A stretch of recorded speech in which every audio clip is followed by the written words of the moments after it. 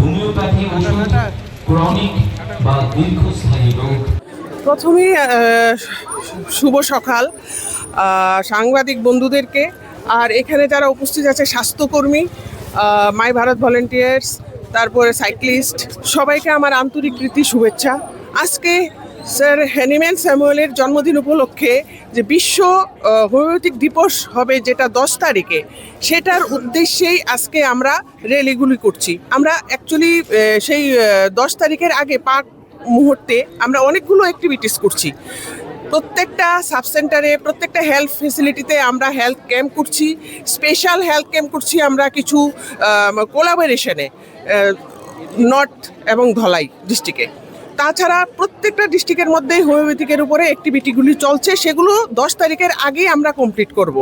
এই উদ্দেশ্যেই আমাদের কিছু কিছু অ্যাক্টিভিটিস, যেরকম মা ও শিশুদেরকে নিয়ে একটা স্পেশাল অ্যাক্টিভিটি হচ্ছে, আশাদের প্রশিক্ষণ নিয়ে একটা স্পেশাল অ্যাক্টিভিটি হচ্ছে, তারপর আমাদের এক্ষুনির যে ক্রাইসিস অ্যানিমিয়া মুক্ত ভারত, তারপর সচেতনতার উপরে, যেটা আমাদের স্বাস্থ্য দপ্তরে অনেক সুবিধে আছে কিন্তু অনেক মানুষ সেটা জানেন না।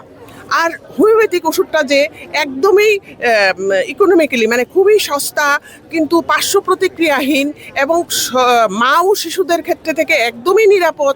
প্লাস যেমন টিবি রোগীদের ক্ষেত্রে দেখা যায় এখন যে 100 দিনের একটা আমাদের অভিযান চলছে 24 মার্চ থেকে, সেটার মধ্যে আমরা এটাকেও হোমিওপ্যাথিকের সাথে টিবি প্রোগ্রামটাকেও আমরা একসাথে নিয়েছি।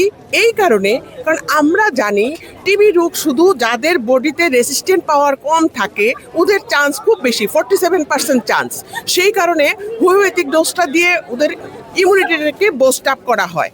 এই উদ্দেশ্যে আমরা ওদেরকেও সঙ্গে নিয়ে এই প্রোগ্রামটাকে সঙ্গে কোলাবোরেশন। এখন আমরা আমাদের স্বাস্থ্য দপ্তরে আলাদা করে কিছু করি না, প্রত্যেকটা দিনকে আমরা সেলিব্রেট করি, কিন্তু একসাথে হাতে হাত ধরে হোমিওপ্যাথিক, আয়ুর্বেদিক, এলোপ্যাথিক যত আছে সমস্ত প্রোগ্রামকে হাতে হাত ধরে একসাথে মিলেমিশে আমরা কাজ করছি। এবং প্রত্যেকটা ক্যাম্পে আমাদের কোনো আলাদা হোমিওপ্যাথিক, আলাদা আয়ুর্বেদিক করে করছি না, একই ক্যাম্পে আওতাতে আমরা সমস্ত কিছুকে স্ক্রিনিং করছি। কিন্তু আমাদের সাংবাদিক বন্ধুরা আগে কোভিড পিরিয়ডও আমাদেরকে যথেষ্ট সহায়তা করেছে। এই যে সুবিধাগুলি আমাদের আছে স্বাস্থ্য দপ্তরে, সেই সুবিধাগুলিকে প্রচার করার জন্য একমাত্র সাংবাদিক বন্ধুরাই পারেন। আমাদের মাধ্যমে অনেক কিছু সুবিধা আছে যা আমরা পেশেন্টের বাড়ির লোকদেরকে দিচ্ছি।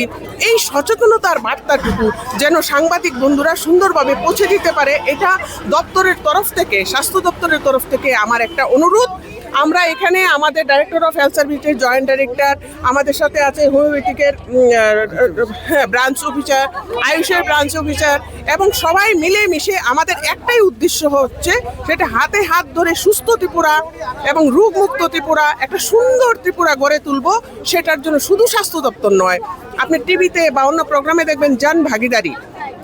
এটা হচ্ছে প্রত্যেকটা ডিপার্টমেন্টের সাথে আমরা মিলেমিশে হাত মিলিয়ে আমরা কাজ করছি। আমাদের সাথে স্বাস্থ্য দপ্তরের সাথে সোশ্যাল ওয়েলফেয়ার কাজ করছে, এডুকেশন ডিপার্টমেন্ট কাজ করছে, ট্রাইবাল ওয়েলফেয়ার কাজ করছে, এরকম প্রত্যেকটা ডিপার্টমেন্ট আমাদেরকে সাপোর্ট করছে কোনো না কোনোভাবে। আর সবচেয়ে বড় রোল হচ্ছে সাংবাদিক বন্ধুদের।